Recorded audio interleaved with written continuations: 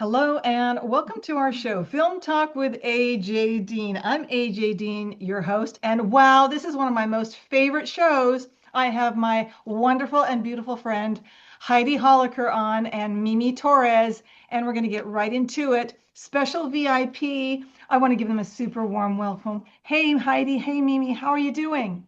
Hey Good. AJ, Thanks for doing great. having I us. love this. I love the welcome. If we had this every day of our lives, it'd be like every day would be just phew, fun. Oh, thank you so much. And I'm so happy, excuse me, I'm so happy that you both are here. And I want to talk about this exciting show, Scream and Cry horror movie review. But let's talk a little bit about you so all your fans and friends and family know what you do. They're pretty important roles. For Heidi Holicker, you're co-creator, executive producer, and writer for Scream and Cry. And Mimi Torres, you're the actress who plays Scream. Now, that's a very important leading role. And you're also the art director. So we're going to talk about Scream and Cry. It's a cult horror comedy series. You have filmed in the can 12 episodes already. It's now streaming on Amazon Prime, Magnolia Pictures, Monsters and Nightmares, and Magnolia Selects. So I want everyone to check it out because this is phenomenal. I have seen it and I love it, and you're going to love Oh, it too. And Heidi, I just want to say I'm so super proud of you. I love that you're here and you're doing this, and you're going to be you're successful, and you're going to be even more successful, both you and Mimi. Tell us about a typical day on set. I want to hear all about it. well, we filmed these 12 episodes in 3 days with one day of rehearsal and set prep, and then did the breakdown of the set and everything at the end of wrap. We are so organized, and we had done proof of concept. So we had already shot 4 episodes of Scream and Cry Horror Movie Review that my partner and I, Reed Shelley, wrote as a proof of concept. We got it out on YouTube, and then Magnolia fell in love with it and then did a deal with us to do 12 episodes. So we it's I don't know so much as a typical day, but the experience between January when we closed the deal and today, December 8th, the day before we're appearing at the Chinese Theater tomorrow night with our show, which is really like a lovely thing. It's been an intense year for all of us, and for the writers, we went right into writing the scripts, and everything is scripted. And there are 4 writers: Reed Shelley, Tom Pinto, who plays VO Guy, my brother Richard Holliker, and myself. And then we go into pre-production and then production. And then as far as the day went, each day, and Mimi can speak on this very fast. Mimi's energy and EG's energy and Juliet Landau and Bill Procopo and Dante Paris, all of our team just literally did 4 episodes a day. And then once that was done, a week later, we started editing, and we turned around 1 episode every week. That was in our contract. Yes. Oh, I can't hear you at all. Amazing, Oh, okay. amazing. There you are. And And then we launched on September 25th. So Mimi can speak from her point of view how she got through this intensity, because she is one of my favorite humans. She has beyond extraordinary talent. I mean, the talent's obvious. Her her tenacity, her intelligence, her calmness, and her ability to just jump in is it's so admirable. And I couldn't adore her more. Oh, thank you, Heidi. You're welcome. Yeah, the days were long, and but I went into it so excited for the opportunity to shoot again.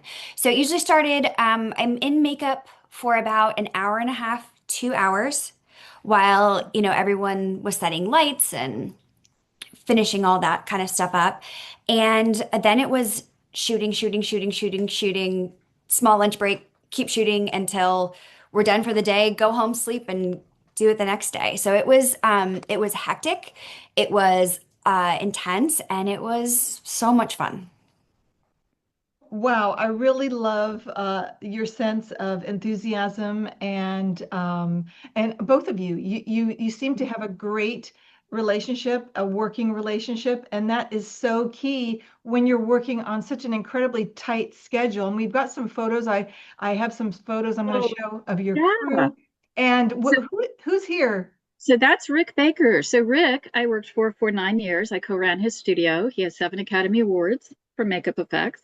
He started by apprenticing with Dick Smith, who's passed, but Dick was kind of the godfather of makeup effects on The Exorcist at about age 19. So Rick has 7 Academy Awards. Today's his birthday, actually. Happy birthday, Rick. I already Okay. texted him. And he so generously, I texted him and I've known him 29 years and I held my ask for all these years because when you know someone of that stature and your friends, family, you just don't want to be asking favors. You don't. And so I held it, and within 1 hour, he got back to me. I asked if he would come and do a celebrity promo. So he came, and that's us. That's Mimi as Scream, Reed Shelley, my co partner, and created this with me. And he's directed the majority of the episodes. Rick Baker, myself, Cries in there right next to my head, and E.G. Daly, the incomparable E.G. And we also had Rudy Sarzo, the bassist from Ozzy, Whitesnake, Quiet Riot, Dio. He's a friend from the 80s, and he came and did a celebrity promo, as did Howard Berger, another effects Oscar winner. And let me add also, Juliet Landau came. She's in our cast, but she came as Juliet Landau, who is Drusilla from the Buffy series, to do a celebrity promo. So you're looking right now at Howard Berger, who an Oscar winner makeup effects, and you have Fred Fraley there right behind me, and you have Reed Shelley, and you have Shannon Muckow, who's the assistant to the director, and you have Mimi Torres. I love this.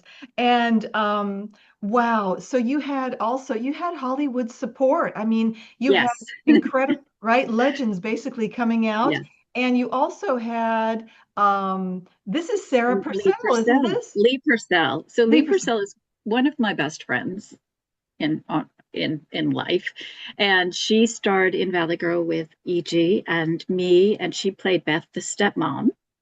And she was apprenticed by she was an apprentice under Steve McQueen, and she's just a phenomenal actress, producer, and better than anything. She's my friend, and I love her so much. And she just said, "Can I just come and support you guys? Can I just come and hang for an hour?"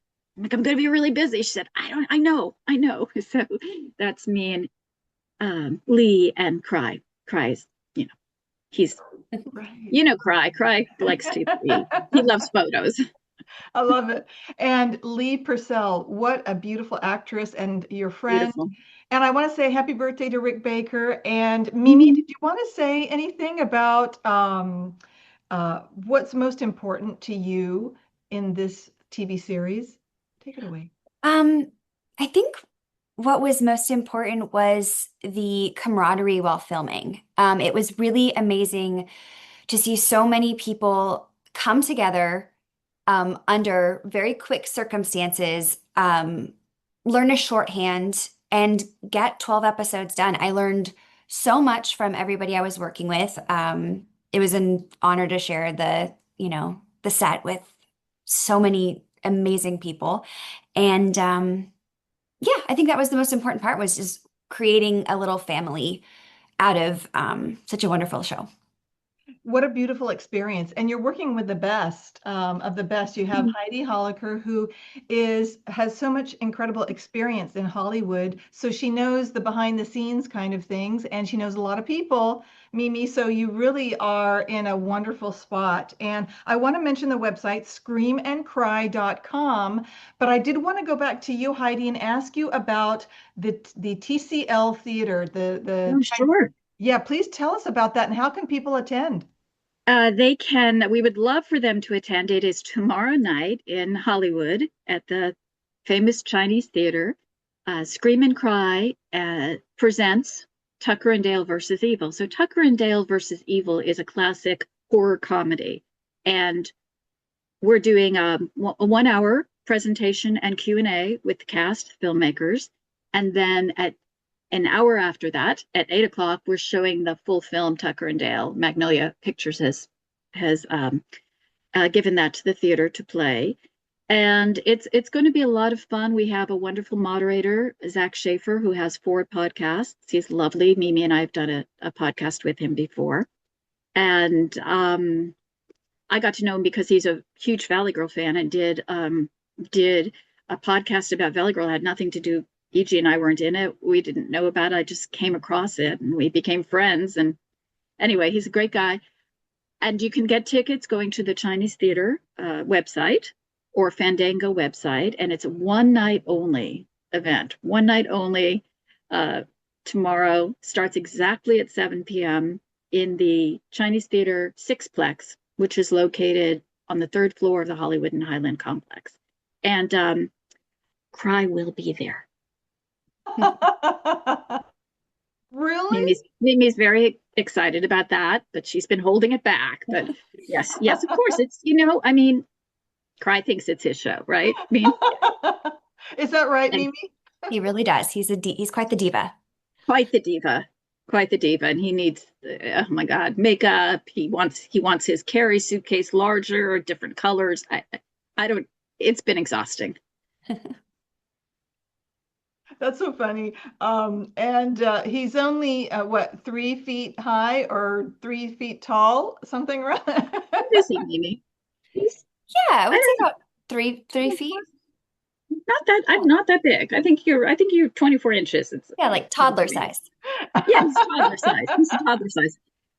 Without legs, but man, he's got a big personality. He sounds like a powerhouse. So I better mind my P's and Q's. Well, I'm super excited about tomorrow night. He's booked right now. He's doing another podcast. Otherwise, he'd be here.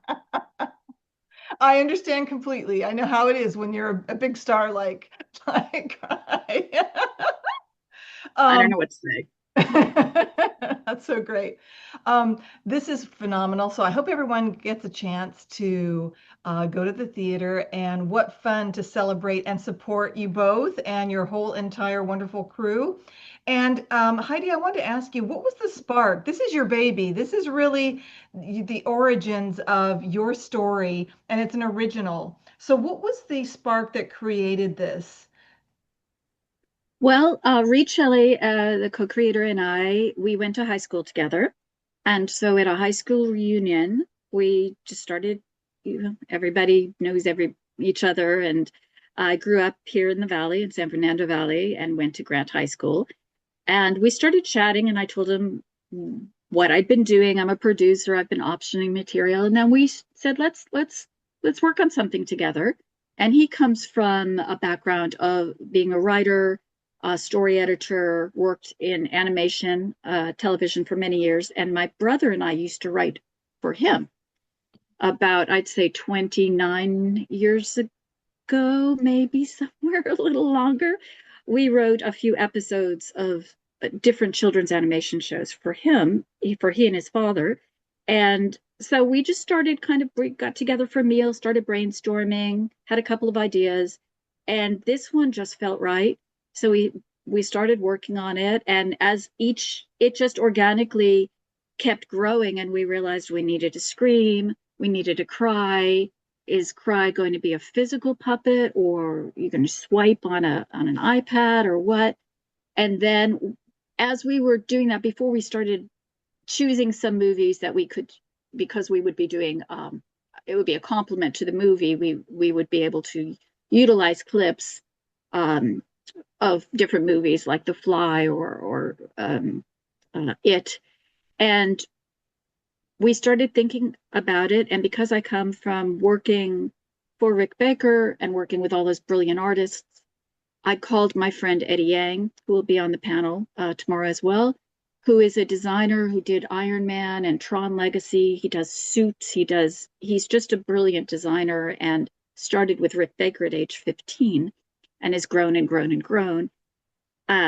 We said, will you make us a puppet for no money? And, friends do things for friends. So we paid for all the materials costs, and So that started, and then we realized, oh my goodness, we need a puppeteer, and we need someone to voice it. So I called E.G. Daily and said, because we're friends from Valley Girl days and everything, and got together with her, and she said, yeah, I'll do that. And then it just evolved, and Reed brought in Tom Pinto, who's VO guy, who's a voice teacher also, and used to teach Mimi. And we didn't know who was going to be our Scream. And he said, I can only recommend one person, and that's Mimi Torres. And we did one Zoom with her. I'd watched a little video of her on YouTube. And, during the call, I know I've said this before, but during the call, I texted Reed and said, yes, question mark, yes, exclamation point. And he said, yep. So we said, okay, you're Scream. And she didn't know, none of us knew, was this going to ever go? It's right now proof of concept, paying out of our own pockets for everything. And we became SAG-AFTRA signatory producers, and we trademarked, and all of that, everything went into it, and it just built and built until we actually shot, filmed music videos. We filmed an origin story, which I absolutely adore. It's a black and white silent picture where Mimi has a different, like a black wig with this beautiful cream blouse, and it's how Scream and Cry became best friends. And then we did episodes, and then we were trying to figure out how are we going to get a distributor. And fortunately, I work for Magnolia Pictures and was in the office one day, and through COVID, we don't have to go in the office, and showed Randy Wells, the president of Magnolia Pictures Home Entertainment, a proof of concepts and episodes from my phone. And he just fell in love with it, and then took quite a while, but we started negotiating, did a deal, and guess that's how it happened. Amazing. Oh, and Juliet Landau came to us because we'd already had we had VO Guy, we had Father Bill, played by Bill Procopo, who also is the music composer, all the original music, and we had Mimi, we had Cry, and then we decided to add Hot Delivery Guy, who is played by Dante Paris. We wanted, someone else for Scream and Cry to play with, and he would deliver the food because Cry, as a diva, he loves his food and he loves his cheese, and his life is food, scream, food. That's kind of it. I think he has more depth than that, but he doesn't really express it. And then Juliet Landau is a friend of maybe 18, 19 years and married to our unit photographer, Deborah Weeks. And about 7 weeks, we'd already written 5, 6 scripts. And 7 weeks before we filmed, she said, I'm going to come play with you guys. And so that night we wrote a role for her, Dark Pixie, who was going to just annoy the hell out of Cry. And Scream finds her semi-amusing most of the time. That's incredible. And I love that you mentioned the characters, because that's what my next question was. We have a picture on screen here, and Pixie is with light blue hair. Is that right? Yes, that's Dark Pixie. And Dark Pixie is a hybrid human/demon. She was, as a child or a young lady, she went through an exorcism, of course. Who doesn't, right? And so she's had a kind of a bad experience with that. And she's the daughter of Father Bill. Ah, okay. And what's Father Bill's story? Mimi, you want to talk about Father Bill's story?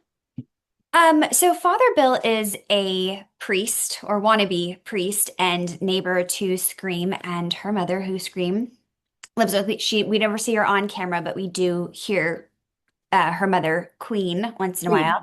And Father Bill is very, very nosy, and he, I think, craves the spotlight, and he knows that Scream is putting together this web series, and he likes to poke his head in and say his piece and cause a little chaos. So he's kind of like the nosy neighbor. You kind of have to watch him because he might be always lurking about. Is that right? Yes. Oh, definitely. He is lurking about. So we're gonna have to watch out for Father Bill as well.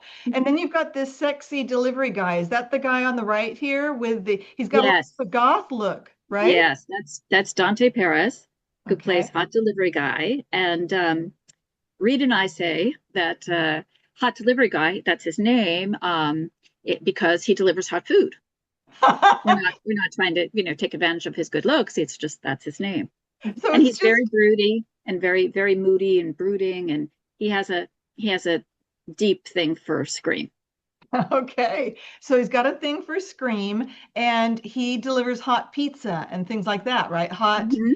Hot Chinese food and wonderful. We haven't done Chinese food yet. We've done hot soup, we've done enchiladas, we've done popcorn. There's a great, great scene in one of the episodes where he delivers popcorn and Cry I mean, our puppeteers, huge shout out to our puppeteers, lead puppeteer Wow. Artie Esposito and Fred Fraley, who also is the fabricator for Cry, meaning he puts all the fur and the rods so that they can use his paws, and then Brett O'Quinn, and those are our puppeteers, and their their symmetry between the puppeteers and E.G. Daily on set simultaneously, the words coming out of E.G.'s mouth and then coming out of Cry's mouth, and Mimi is Scream's reaction to it. It's truly, to me, it felt like movable art. It's just extraordinary, and those guys, I mean, they are on the floor. They're literally down on the floor doing this. It's amazing. But yes, that's Hot Incredible. Delivery. And I think there's a picture I believe you see Artie Esposito. I think he's laying down. It's hard to see. And Brett O'Quinn. And you see our DP, who's amazing, Langston Ball, who edited all of our original, not these 12 episodes, but all of our original material for us. Wonderful, wonderful. And I love this so much. Thank you so much, Heidi, for sharing that. And Yeah. congratulations on getting a distribution deal, especially with Magnolia Selects and Yes. Magnolia Monsters and Nightmares as well, as well as Amazon Prime. So that's where it's streaming. So check that out. And Mimi, I wanted to ask you, since you're the art director, you play Scream as the actress. Um, but first, let's talk about the actress acting role. How much of the creation of Scream was your idea? Um, I mean, they wrote Scream so well and they gave me such a beautiful foundation, but they also gave me the creativity to build her from, toes to nose, basically. And so I feel like I got to put a lot of life into Scream with the direction of, Heidi and Reed and the writing behind it. But I feel like I was able to really be creative and free with her. Wonderful, wonderful. And did you choose the two colored hair, red and black wig? It was kind of a collaborative process. Hmm. We went through a number of different looks to try to find, what was right. And Heidi kept telling us, when we know, we'll know. And Right. we tried blue wigs and blonde wigs and Right. black wigs. And they put the red and black wig on me, and it was just like, oh, well, Yeah. that's it. I can relate to that in that, I mean, that's absolutely true. In when I was finding my character of Stacy in Valley Girl for 100 million years ago, once I put on these blue aqua pumps that I borrowed from a friend, I had it. I had the stance, I had the attitude. That was it. And I think with Mimi, the minute we put on the red and black, and we also with her wardrobe, Mimi and I, when we first met, we went on a wardrobe shopping trip. We bought all of this wardrobe. We ended up using basically none of it, with the exception of one cream lacy dress for the black and white origin story. Mhm. But then I found the simplest black crop top, and I had to ask her, are you comfortable wearing this? We wanted to make sure that everybody within all of their positions on the show were comfortable with everything that was required of them and that they had input. So every single person, from the location studio, which is Mud Makeup Designery in Burbank, wonderful people, to our PAs, to just everyone across the board, that everyone was involved, a part of it, not necessarily with wardrobe per se, but had input. And if they had something share, to contribute, we were wide open. It was truly a collaborative effort. So we found this very simple wardrobe, velvet pants with the bell sleeves and simple necklace, and another two simple necklaces, and the gloves. And it was just, it didn't make, she didn't have to fight against the wardrobe and the hair and the makeup. It was, Mimi's scream could just come right out, and it wasn't over the top. So when I look at Scream, she looks absolutely, normal to me, obviously, but not over the top, because it could have gone like crazy goth, like tons of bracelets and all kinds of things. And none of that was necessary. It just felt, when it was right, it was right. We found it. Absolutely right. And thank you, Heidi, for that. And it's organic and natural. And those are the best authentic pieces of design and wardrobe when it suits the actor or actress and they wear it well, it's comfortable, and they look the part. And I love that. And I want to talk a little bit, because you starred in Valley Girl. I want to talk to you, Heidi, in a minute when we get back to that. But I have one more question for Mimi. Being the art director, so here you're playing an actress and also another role as art director, which is a huge responsibility. And congratulations on that. So, what was the most important element you wanted, image-wise, for the set? Continuity, because it's goth, right? Did you Yeah. look at magazines? Did you look at haunted mansions? What did you look for your inspiration? I I looked at a couple of different, things on Pinterest, but for me, it was just keeping Scream's like entrepreneurial spirit in mind, knowing that when she's creating the show, she is so detail oriented. And I wanted to make it feel like she created it. I wanted to make it feel like it was her safe place as well. I actually ended up using a lot of stuff from a couple of things like behind Uh-huh. me, bringing them from home. We ordered a couple of things, but I didn't really have a plan until we got to set, and I just kind of went with what I felt, and it just ended up being this perfect, cozy little basement corner that I feel Mhm. like Scream is so at home in. And so making it at home and comfortable for Scream was probably the most important part of designing that set. I love that. Go ahead, Heidi. Oh, and the poster is me Yes. in like 1986 or something. I was the poster person, the sort of a test photo for a movie called The Initiation, a Daphne Zuniga movie. I wasn't in the movie, but I'm on the test poster, not the final poster. And so about maybe maybe 7 years ago, a friend who arranged that photo shoot for me, and I think I did it for free or $40 or something, um, called me after all these years and said, "Hey, I have this poster of you and I want to give it to you." And so we got together and I got it, and it was like, "Oh, that's so cool to have. It's me holding a dagger and very Veronica Lake hair." And then I had it in, I don't have it up right now, but I had it in my room, my work room. And when we were coming up with ideas for the set, I thought, okay, that has to be on set. That is Queen, that's Scream's mom.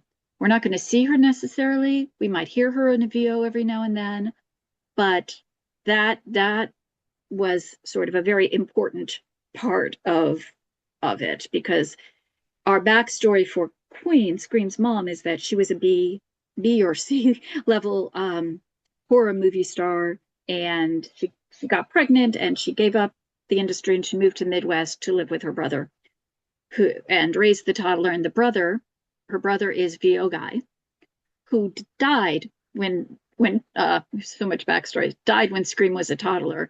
And then when Scream and Cry started playing around and watching horror movies together, he used to be a voiceover actor, her uncle, and he comes back to life, but only in the ether, and he moderates the show every episode because now he's got a gig. I mean, yes, he's dead, but he's got a gig. And so, and she knows that's her uncle. And it was the spirit of Scream and Cry. And Cry and VO Guy they constantly bicker and make fun of each other. So, yes, you don't see him, but he's such a powerful character. And he's there and an And integral he's part. there. Yeah. He's there. And actually, the actor, Tom Pinto, plays one, two, at least three other roles. It's really, Wow. it's awesome. It's really great. It really is. It's super fun. And I love it. And thank you for sharing those Yeah. details. What a fun set. And Heidi, I do want to mention that your background gives you such an Mhm. incredible and unique vantage point to be the executive producer, the writer, and in this filmmaking process. And that's why it's so successful and so creative and so wonderful. You starred in Valley Girl as Stacy. Mhm. I remember Stacy. I mean, that's basically the lead. I mean, it's a very important Second, role. yeah. And you've done more than 30 commercials. Mhm. Also been involved in makeup artistry, design, and distribution. I want to ask you, how does that insider perspective that you have, how does it inform the way you approach analyzing a horror piece? Oh, that's interesting. Well, prior to working for Rick Baker, I really, except for watching The Exorcist and American Werewolf in London, I had no knowledge or experience in the horror genre at all. But working for Rick, I was exposed to it every single day. Because I didn't grow up being a horror fan, we'll go to fan conventions, the horror Monster Palooza. We've gone twice now, and there's just this intense love for horror. So I didn't kind of come up with that myself, which was actually very helpful in being able to watch a film and analyze it because my background is all comedy. So we're looking for the comedy in every script that we would write. So everything except for the ad-libbing, which E.G. would do, Mimi would do, the other characters would do. It's a mostly scripted piece. And to dive into watching a horror movie, and I'd say I'd spent about on every script. Um, we divvied it up. So there were four writers, and we each had three that were our babies. And then we did a collaboration where we would then work on them together after the writer of those three would bring them to a twice weekly Zoom, and we'd go over it and we'd change dialogue. And we spent endless hours doing this to make it really right. And then we'd present it to the talent, and then they'd put their own spin on it, which is fabulous. Of course, that's what you always want. But to dive into the psychology, because it's, some horror films, one of them really was scary to me, and I'd have to kind of write and watch it like this because there are a couple scenes that I just couldn't, like, I can't take that, but it would be in our episode. You just have to really try to find what happens with those characters in that movie, and why are they killing, and why are they, what trauma happened to them, and where are they coming from, and what do they want. You have to really have an understanding of it. And because again, you know I wasn't like a horror wasn't my genre per se, it was probably easier for me and for Reed because his background's comedy as well. And we could identify with what was going on, and have a reason for Scream and Cry to be commenting on it and Yeah. how it affected them, because that ties it all together. You have the film clips are critical, and the beginning, middle, and end of these 11 and a half minute episodes, very tiny short episodes. But Scream and Cry would both I mean, Cry would identify with it in all kinds of different ways, but Scream had a very logical understanding of what she loved about it, or what the characters were going through. So it's a really nice, kind of beautiful each episode with a lovely bow that Yes, brings it all together. If it if re that answers your question at all. it does. Perfect. You That's answered it. it perfectly. And yes, I love that emotional emotional empathy throughout the storytelling, and that's what makes it so good. Mhm. And we have Thank you. the photo of you and Rick Baker here. Isn't Mhm. that great? Yeah. And so it's building relationships and having those, continuing those good relationships in Hollywood that you've done so very well.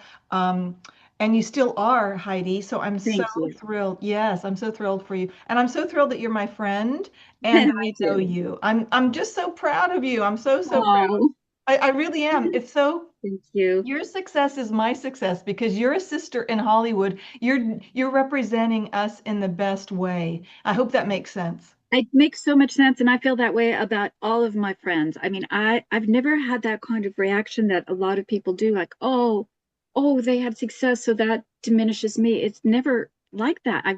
My brain doesn't work that way. It's like, oh my gosh, I'm so excited. I have a friend who's a director and a writer named Catherine Michon, who's brilliant, and she just got a new film to direct. And I feel exactly the same way. It's like everyone just elevates everyone, and we want Mimi to be huge, and we want everybody to keep Yes. going and enjoy it. And yeah, success does breed success, and it's the attitude. It's being really proud. It's like, you're doing this podcast and you get all kinds of wonderful people, and you keep going, and it's really just a lot of it is work ethic. You have to have a great work ethic. You have to be willing to do 7 days a week, 12, Yes. 14 hours a day, no matter what, and, take naps, but, keep going. And I'd say making my parents proud is really important to me. And I know for Mimi, she feels the same way about her folks. And that gives us a lot of joy, doesn't it? Mimi and Mimi's dad built a headboard that's in our music video with Cry's little bed. It's in the Scream and Cry, where Cry sings a love song to Scream. It's my favorite piece of everything we've done. Oh, And it's not in the 12 episodes, it's a separate piece. And Mimi also built the dollhouse, which you don't see in any of these episodes either, but it's on a You lot do of. see it in the intro. Oh, you see it in the intro. Okay, right. You're right. We do every time. Yes, in the show open, you see the dollhouse. That's an actual physical dollhouse that Mimi built. oh my gosh, Mimi, that's Yes, and I fabulous. want to say one more thing about Mimi as the art director. So, um, Reed and I are trying to figure out how we're going to do this. We hadn't ever done this before, and Mimi so generously on a Zoom with us said, "Hey, if you guys need help in this area, I'm really good at that." I go, "Oh my God, yes, please take it." And what I loved is because I keep all the physical props and the physical set and everything, and Scream's chair here in my house. And what I love is that I remember so well we're prepping the set. And again, we shot everything in 3 days, which is crazy, but we did it. And when we were putting the set up, I moved something on one of the tables, and I looked over here, and then I turned around, and Mimi was there just putting it back exactly at a particular angle, because she sees it, and I, She's I so don't good. I don't view things like I'll just throw it all there, right? Like a big pot of whatever, and she'll just be like, she has a reason for why that book is there and why that item is there.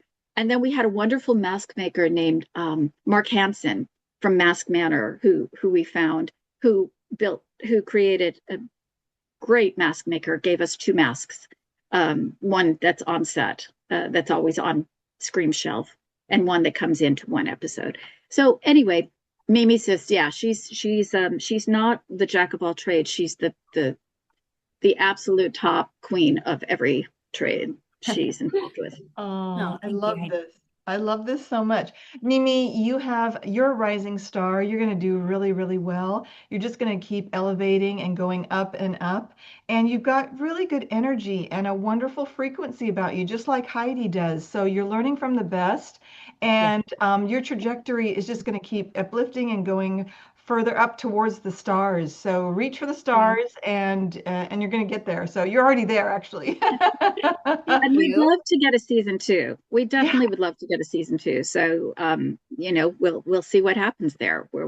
I was going to We're ask you. Yeah, working I was on going to. trying to make that happen. So see what the numbers come back with Magnolia, and see what happens. But there's a lot more. There's a lot more that Scream and Cry can do. Oh my gosh, you guys could do a movie. You could do. Yeah, I've already sort of laid that out, and I haven't written it, but I've started playing with the idea very much Pee-wee's Big Adventure, which is one of EG's movies.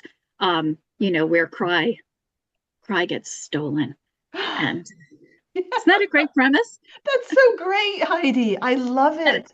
he gets stolen at a horror convention because the PA puts him in a locker. It's like, you don't do it. When we do things tomorrow night, Cry is in a blue suitcase and he's on my person at all times, or he's with the puppeteer, or he's back with my person. I have a whole agenda laid out for tomorrow night. And it's like, okay, at this moment at 8:02 p.m., you hand me back Cry. I mean, I'm so protective of him. I've said to Mimi before, I feel the same way about her. If I could like have her, okay, here's Mimi. Mimi's there. I know she's safe. I do that when she travels a lot. I'll check on her. You good? You okay? Everything good? Oh, I love this. Yeah. I'm very mommy-like to her. That's how it should be. And this is so fabulous, and these are blessings, these times together on set and talking about creatively, the next, what's next for Scream and Cry. There's a whole bunch of opportunities and possibilities, and I'm super excited. So keep me posted. And I would love to be a part of, if you do a movie, I'd love to be a part of it. Anyway, I can help. You got Okay. it. Mimi, I have a question for you. Mhm. Scream is such a distinct persona. What elements of classic horror icons did you draw from, or did you just create the performance, the blending of horror, the theatrics, the comedy and commentary? Did you already kind of have that along with the writing with of what Heidi did?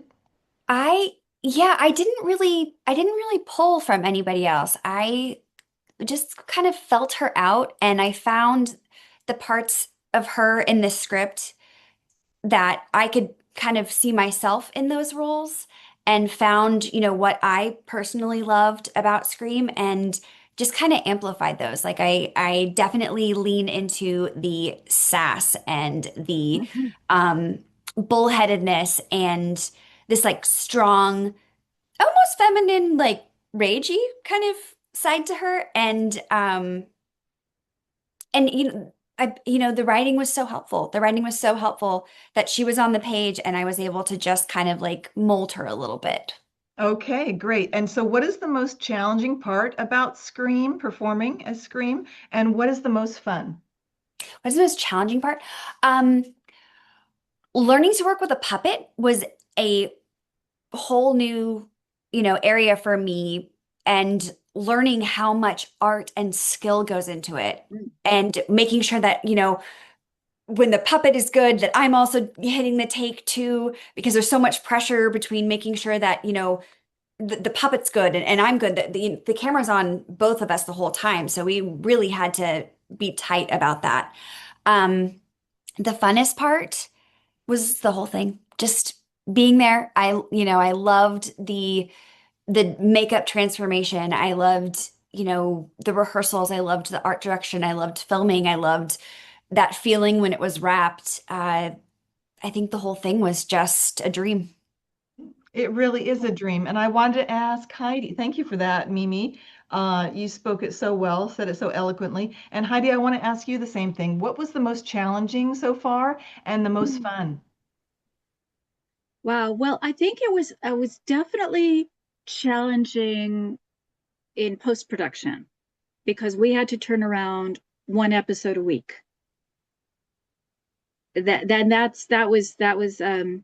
That was what we agreed to do in order to get it ready to launch a month prior to Halloween.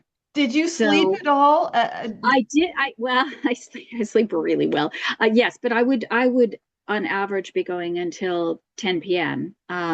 Every night, start at 8 a.m. and go. I mean, because I work for Magnolia Pictures in operations, so I have my regular obligations to fulfill, and that comes first. And then at night, maybe mid-afternoon, and then at night, I'd balance it out to make sure all of my work was done, and and do all the pre-edits and decide on the clips. And we decided on clips before we filmed. So we did as much before we filmed as possible so that we could turn around one a week.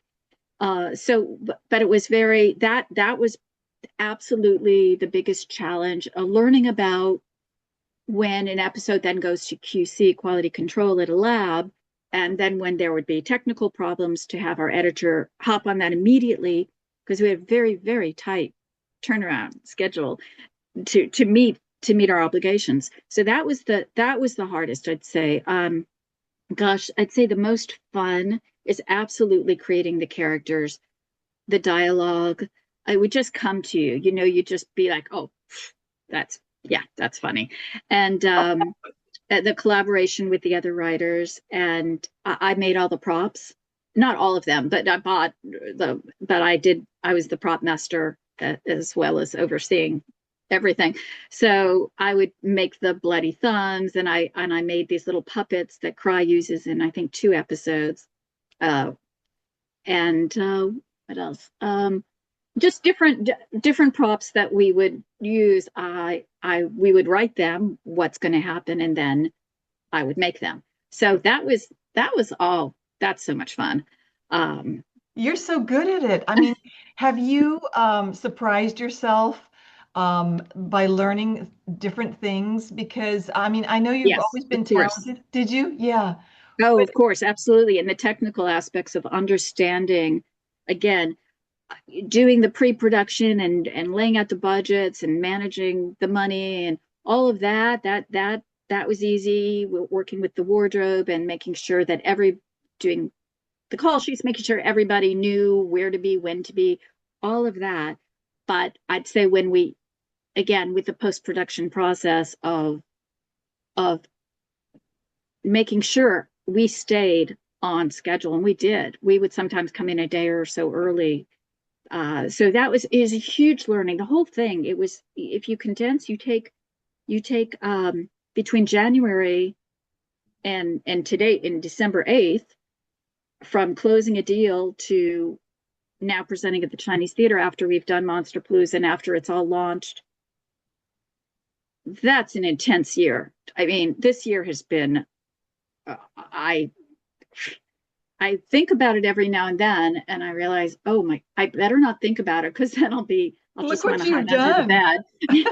Then Look you what want to you've kind done. of crawl under the bed for a few months. But so it really pushed me. It pushed me absolutely all the way, and I've grown as a person, as a producer. I'm very, very proud to really have earned that title. I'll So say. producing and executive producing simultaneously, they're 2 different jobs, actually. And Amazing, amazing, Heidi. You're incredible. And I'm thank so you. impressed with you. And I love Scream and Cry. It's an incredible TV movie review series, and it's a fabulous show.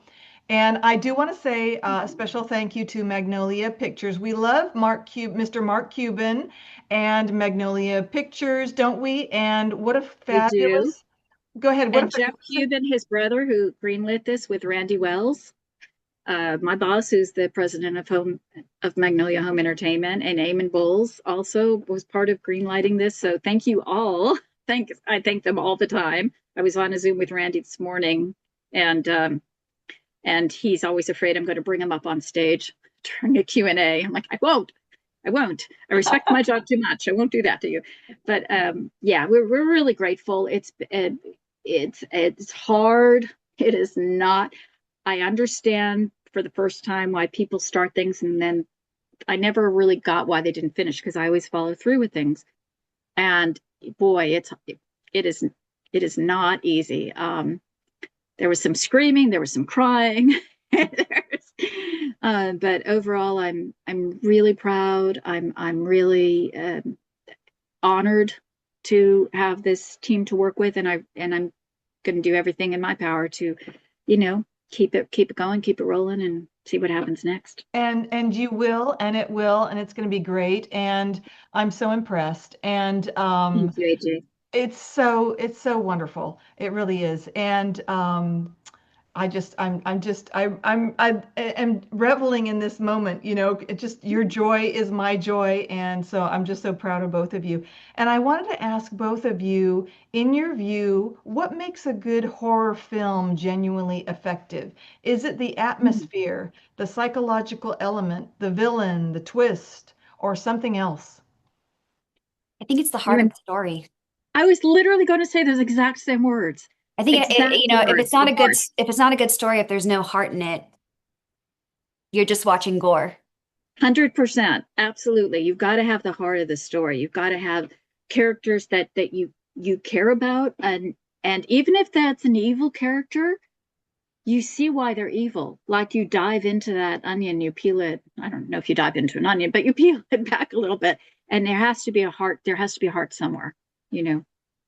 I Yeah, love we're exactly. It's I love those answers. Thank you so much. And I feel that same way. I'd love for both of you to answer this. How do you see representation for women, or a social message, or the creators of color, LGBTQ plus voices transforming the future of horror storytelling? I wow. think, That's a question. Mimi, take yeah, it. I think that horror either does women really well or really poorly. It's wonderful when they put power behind us and not just, slash us, basically.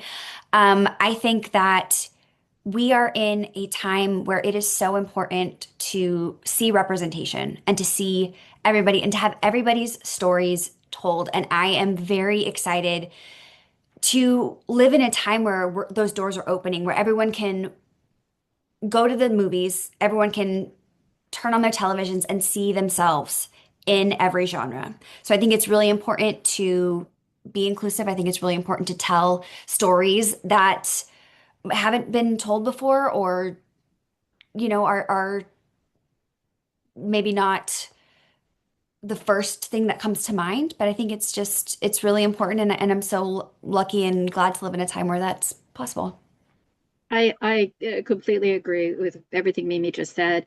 And when I think that when you ask that question, specifically more about like women women characters in horror, one thing that Scream does in every episode is she really finds the is able to express the strength of that particular woman. There's a movie we review called Alone, and you really see the warrior in that woman.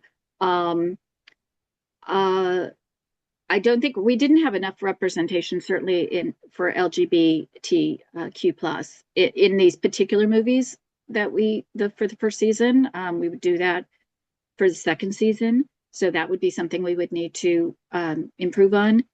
But the each character, even at Tucker and Dale, which is what we're showing the whole movie tomorrow night at the Chinese Theater, and we're showing the episode we did for Tucker and Dale versus Evil, and there's a female lead character, and when you look at her at first, you think she's kind of a dimwit, just traditional horror movie kind of female, but you there's a not a transformation, but you find out who that particular character is and who the other characters, how they go together and how they understand each other. And in that, we had a lot of that. There was a lot of very strong Mhm. female power that we pulled out of every single horror movie. There's another one called Censor, where, yeah, they're just, without going over every single movie that our show reviews, there's a lot of Scream explaining, telling the audience, sharing with the audience, not explaining that this particular character that she's got the strength. I love And that so much. I yeah, love I that, mean Heidi. that was important to us subliminally, and then it just kept evolving. Oh, this is great because that's passionate in my heart as well, just like it is in yours. Uplifting each other as women, and I love that you include all of those story elements in. And we have three male writers, so I'm the only female. So I would feel that needed to make it important, and they agreed, fortunately, where this would be a very important part of our movie review. So Beautiful, beautiful. Love it. And it's so modern and with it and fresh. And we love that. So thank you for that great writing and including all yeah. of that. Okay, I've got some lightning round questions to ask both Okay. of you. Okay. So, number one, your horror comfort movie. What is the number one horror comfort movie that you go to? Oh, American Werewolf in London, all the way. um, I can't believe I'm forgetting the Cabin Fever. Oh my gosh, those are great I think ones. that's a Magnolia film, actually. I think Cabin Fever's a Magnolia film. Well, I I'll would have to check love on that. to review I'll have to that check. one. I'll have to check on that. Beautiful. Number two, a horror villain or actor you'd want as a guest on your show. Oh my Matthew gosh. Lillard. Say that again. Matthew Lillard. Yeah, I like him a lot too. Yes. Okay, nice selection. And number three, your favorite female horror icon. I'm going to say Elvira for me. Go ahead, take it away. I think Elvira. I mean, what a door she opened. We wouldn't be Yes. here today without, the hard fought path that she created. Cassandra Peterson is so impressive that she got this role as Elvira early on, and then she took it over and was able to then ultimately own the character. And she did those wonderful films, a very Pee Wee Herman-esque type film. So yeah, I'm going Elvira all the way. I love it. I love it. And I also want to give a nod to Lily Munster and Oh yes, Vampira yes, and Morticia. yes. Lily Well, Munster. We did a big Rick Baker a party, Halloween party. Halloween is obviously the holiday of for someone of that stature. And we spent 3 months prepping this party, but my dress was the Lily Munster dress that I found at a resale store. When, I mean, a copy of it, obviously, but with long, fabulous sleeves and the whole to do. So, yes, oh, Heidi, I I agree with love you. that. Isn't that fun? I love Yeah. it. And I would love to, if you have any photos of that, I'd love for you to privately send me those. I don't know if you still have photos, but I would love to see it. What a fun. I believe I do. I believe I do. Okay. Well, I've really enjoyed our show today. I'm so sorry we're gonna have to start wrapping it up, but I wanted to ask you if there's anything that you wanted to promote, say thank you to, or share. Take it away, Heidi. Um, Thank you, Magnolia Pictures, for the opportunity you've given us to grow and learn and actually have a series out there. And thank you to our cast and filmmakers and everybody, G. Daly, Juliet Landau, Bill Procopo, Tom Pinto, Reed Shelley, who am I missing? Dante Perez, uh, our puppeteers, everybody. I mean, thank you all. You guys have given me so much, and I hope to continue to give back to you. Wonderful. Thank you so much, Heidi. And Mimi, over to you. Well, thank you to Heidi for being such a cheerleader. I'm so grateful and in awe of all of the things that you have accomplished. I'm constantly blown away by the things that you're able to make happen. Thank you to Reed. Thank you to all of the cast and crew who have been so supportive and who I don't think I would have been able to get through those 3 days without. And then I think for promotion, tomorrow, December 9th at 7 p.m. at the Chinese Theater, come and watch our episode and then watch Tucker and Dale. We love to see you Yeah. there. We'd love to get to know you. So Wonderful. I love that. Yes, check it out And tomorrow. also thank you to Mimi for being a fabulous social media manager, which she is for us. She is actually our social media person. So You she's do it. multitask.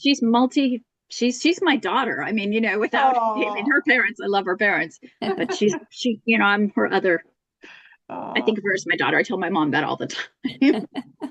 I love it. I love this. So lucky. So wonderful. So you're social media as well. You're just multi-talented. Mimi, that's fabulous. And I did want to ask you your heart message for the world. This is a signature thing that I always do for my show. And Heidi, what is your heart message for the world? Be kind. That is the number one. I love that. I would describe you as one of the kindest individuals in Hollywood, Heidi. So Wow. I just want to thank you also for your kindness because you've been kind to me and you're kind to everybody. Thank And you. it makes a difference. And we appreciate you so, so much, Heidi. Thank you so much, AJ. Oh, we love you. And Mimi, what is your heart message for the world? I love Heidi's of Be Kind. I'm totally for that too, but I'm also gonna a Bob Barker and say spay and neuter your pets. Oh, yeah. Oh, I used to love Bob Barker. Do you Me remember too. him? Me Oh my too. Yes, of course. God. Mimi has a dog and four cats. Oh, well, yes, we I have a want. guinea pig. Oh, and a guinea pig. Oh my I God. have a guinea pig. Yes. Oh, you have a guinea pig. That's Yes. great. Well, that's wonderful. And I do want to say thank you so much, both of you, for your presence today. And everyone out there, please check out Scream and Cry. And it is absolutely fabulous. And it's so much fun. You're going to enjoy it. And Heidi, I also want to let you know that I lived in Canoga Park in the Valley. So we're both sisters we're both Yes. Valley girls. Where did you live in the Valley? Studio City, where I still live. Okay. Different location, but Studio City. Okay, so I wanted to make that connection as well. So we Yes. have another thing in common. And Where I did you go to, where did you go to school? Canoga Park Elementary. Okay. That was as far as I got, and then our family moved after that. Oh, okay. All right. But yes, but yeah. So you lived in Studio City. There you go. So you're a Still do. a wonderful Valley girl. I'm a Valley girl through and through. Yes. We'll always be Valley girls, won't we, Heidi? Absolutely. Absolutely. For sure, for sure. And when Mimi comes into the Valley from where she lives, she's a Valley girl, and then she goes back. That's right. That's right. Well, thank you so much again for Thank you. your wonderful presence today. And I'm super excited for you. Please stay in contact with me and give me Absolutely. updates. And until next time, au revoir. Thank you. Mwah. Thank you Thank so much. you. Really Bye. appreciate it.